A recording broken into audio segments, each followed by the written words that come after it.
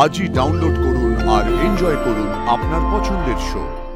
তুমি ভাবছো নিজের হাতে রুদ্ররূপকে শেষ করেছো, তাই না ফুলকি? কিন্তু রুদ্ররূপ মরেনি, সে মহিষাসুরের মতো বিভিন্ন রূপে তোমার সামনে এসে দাঁড়াবে। একটা কথা তুমি একটু ভালোভাবে ভেবে দেখো তো। দেখো, এতগুলো মানুষের এত ধরনের সমস্যা তুমি সলভ করবে কিভাবে? না মানে রাজনীতির মধ্যে না থাকলে, তোমার হাতে যদি পাওয়ার না থাকে, তাহলে তুমি মানুষের উপকার কিভাবে করবে বলো তো? সুনন্দা দি যে প্রপোজালটা তোমায় দিয়েছে, আরেকবার ভেবে দেখো। মানে রাজনীতিতে যোগ দেবার কথা বলছিস? একদম ঠিক বলেছ রোহিতদা। মার হাতে ক্ষমতাটা ছিল কারণ মা এখানকার নির্বাচিত এমএলএ ছিলেন। ফুলকি কিন্তু চাইলেও একটা লেভেলের পর কিছু করে উঠতে পারবে না। দেখো ফুলকি, তোমার উৎসাহে তো দিভাই এমএলএ হয়েছে, তাই না? আর তারপর নবাবগঞ্জ এবং তার আশেপাশে কিছু পরিবর্তন এসেছে এবং সেগুলো মানুষের জন্য ভালো হয়েছে।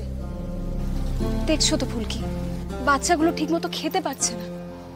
স্যার, আপনিও কি এটাই ভাবেন যে আমি রাজনীতিতে যোগ না দিলে এই সমস্যাগুলো মেটাতে পারবো না? যদি আমার অনেস্ট ওপিনিয়ন চাও তাহলে বলবো হ্যাঁ, ক্ষমতায় না থাকলে বড় রকম কোনো চেঞ্জ করা যায় না। এখন তুমি পলিটিক্সে যোগ দেবে কি দেবে না, সেটা তোমার সিদ্ধান্ত। তবে তুমি যাই সিদ্ধান্ত নেবে, আমি তোমার পাশে থাকবো। রাজমহল জায়গাটার আনাচে কানাচে প্রচুর দুর্নীতি, প্রচুর অন্যায় লুকিয়ে আছে, যেগুলো মেটানো সহজ নয়। কিন্তু আমার তোমার উপর বিশ্বাস আছে আর তোমার পাশে আমি আছি। ব্যাস, তাহলে আমি আর বেশি কিছু ভাববো না। আমি সুনন্দা দিকে ফোন করে ফেলি।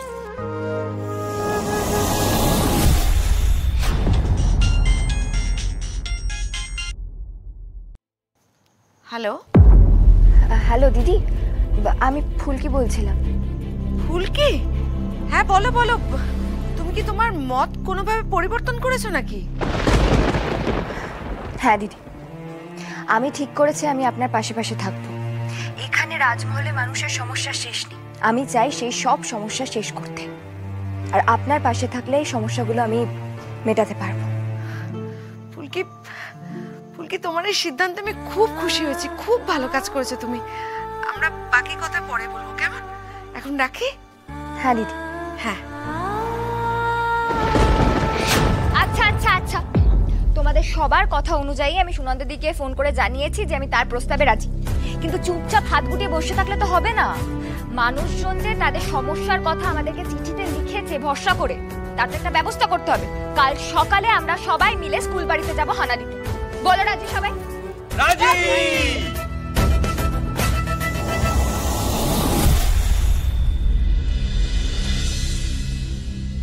বীরেনবাবু। হ্যাঁ বলুন।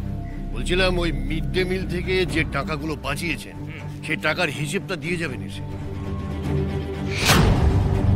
জানেনই তো এসব হিসেব ওই বিভিন্ন জায়গায় দিতে হয়। আমাদের সেক্রেটারি স্যার, উনি তো আবার কাল কলকাতায় যাচ্ছেন। হ্যাঁ স্যার, ও নিয়ে আপনি কোনো চিন্তা করবেন না, আমি এক্ষুনি নিয়ে আসছি।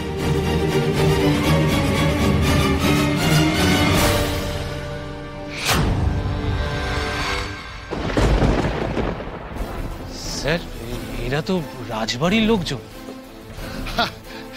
আগে আগে আপনারা বড় কুমার, রাজকুমারী, আজ আমাদের কি যে সৌভাগ্য। সৌভাগ্য না দুর্ভাগ্য সেটা তো এখনই বোঝা যাবে মাস্টারমশাই। কেন কেন ম্যাডাম?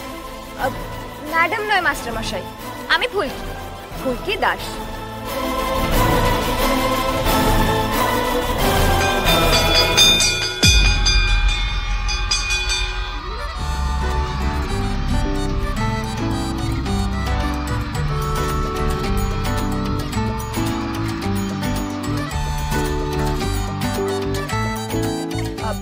ওরা সবাই খাবে তো? নিশ্চয়ই, আর মিলেরও তো সময় হয়ে গেছে। আমরা দেখতে চাই স্যার, আপনারা এই বাচ্চাদের কি খাবার সার্ভ করেন? কেন, আমরা তো ওদেরকে খুব ভালো, মানে খুব পুষ্টিকর খাবারই দিই। পুষ্টিকর খাবার না। এটা কি ডাল না জল?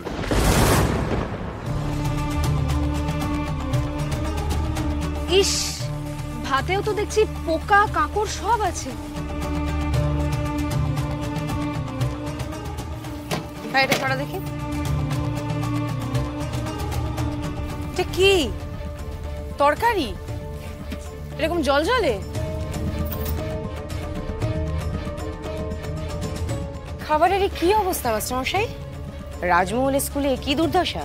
দুর্দশা না হলে কি আর ছাত্রছাত্রীরা আমাদেরকে গোপনে চিঠি লিখে দিবে? আজকে আমরা রাজবাড়ি থেকে এসেছি, এখানকার সবাইকে খাওয়াবো বলে। এখানেই রান্না করা হবে আর এখানেই পরিবেশন করা হবে। তমাল দাদা, পিয়াল দাদা, চলো তো আমরা লেগে পড়ি। এসো।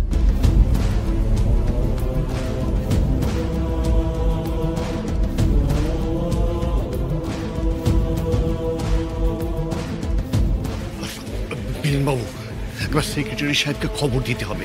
এই ছাত্রছাত্রীদের সামনে সব কি হচ্ছে নাকি?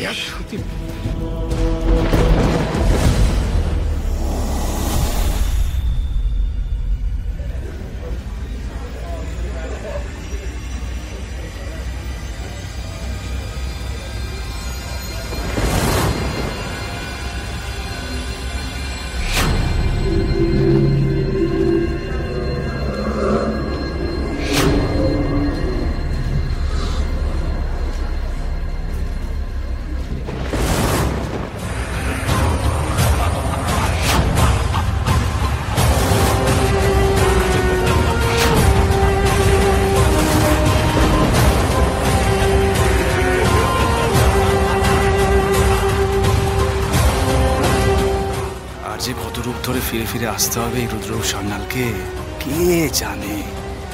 ফুলকি দাস, অনেক তো হলো, এবার অন্তত তোমার হাড়ের পালাটা শুরু হোক। আরে অভিরূপ দাদা না?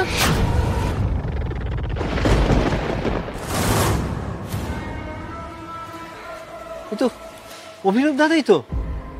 দাদা, এতকাল পরে তুমি রাজমহলে ফিরলে, কোথায় ছিলে এতদিন? সবই তোমাদের ছোট রানীমার দয়া, আটক ছিলাম, অকথ্য অত্যাচার সহ্য করেছি। তারপর হঠাৎ একদিন শুনলাম তিনি নাকি সাজা পেয়েছেন। কে একজন বাচ্চা মেয়ে নাকি ওনার গদি হিলিয়ে দিয়েছে। হ্যাঁ, ওই রাজমহলের নতুন রাজকুমারী ফুলকি। চারিদিকে নতুন হাওয়া বইছে গো দাদা, নতুন হাওয়া বইছে। আমি নিজে কানে শুনেছি। আজ তোমার ওই পুরাতন স্কুলে ওই রাজকুমারী নিজে হাতে রান্না করে ছাত্রছাত্রীদের খাওয়াচ্ছেন গো। যাও না, যাও, নিজে চোখে একবার দেখে এসো না। আসি। তুমি ভাবছো নিজের হাতে রুদ্ররূপকে শেষ করেছো, তাই না ফুলকি? কিন্তু রুদ্ররূপ মরেনি, সে মহিষাসুরের মতো বিভিন্ন রূপে তোমার সামনে এসে দাঁড়াবে। আসছি আমি।